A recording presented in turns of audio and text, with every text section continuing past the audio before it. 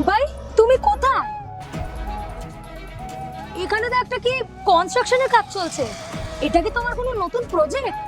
না না, এটা আমার কোনো প্রপার্টি না, আমি এখানেই কাজ করি। তা কাজ করো কোথায়? এই তো এখানে আসো।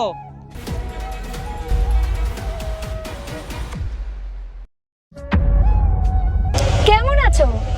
আমি ভালো আছি। বুবাই, এটা আমার মা। নমস্কার আন্টি। ব্যাস ব্যাস, তোমার ওই নোংরা হাতে আমার পার ছুতে হবে না। আর তুই তুই একটা মজুরের সাথে আমার দেখা করতে নিয়ে এসেছিস? তুমি কি এখানে জোগাড়ের কাজ করো? হ্যাঁ আন্টি, আমি এখানেই কাজ করি। আমি ওকে খুব ভালোবাসি। আমি ওর কখনোই কোনো কিছুর অভাব হতে দেবো না।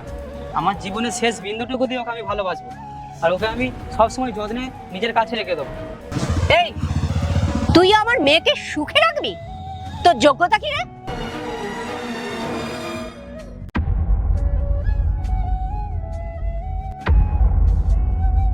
এই, এখানে গল্প করার জন্য তোকে টাকা দিই?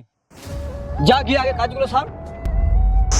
যা তাড়াতাড়ি গিয়ে কাজ কর, যা।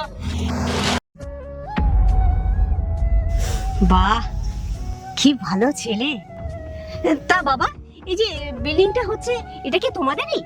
হ্যাঁ আন্টি, এখানে আসলে একটা ছোটখাটো আমি অফিস বানাচ্ছি, সেই কারণেই এখানে কাজ চলছে।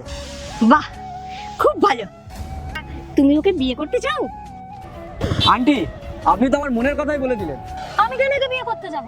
আমি তো বুবাইকে ভালোবাসি। দেখ, ছেলেটা কত সুন্দর। রাজা এসেছে তোকে বিয়ে করতে, আর তুই কিনে পায়ে ঠেলছিস? মা, এবার চলো, আমি শুধু বুবাইকে বিয়ে করব। দাঁড়াও বুবাই ভাই, তোর তো দারুণ পছন্দ। আন্টি, আমাকে ক্ষমা করবেন, আসলে এই সব কিছু না আমি বুবাইয়ের জন্যই করেছি। মানে? আসলে আমি তোমার একটা ছোট্ট পরীক্ষা নিচ্ছিলাম। এই যে অফিসটা আমারই হচ্ছে, আর এর পেছনেই আমার বাংলো আছে।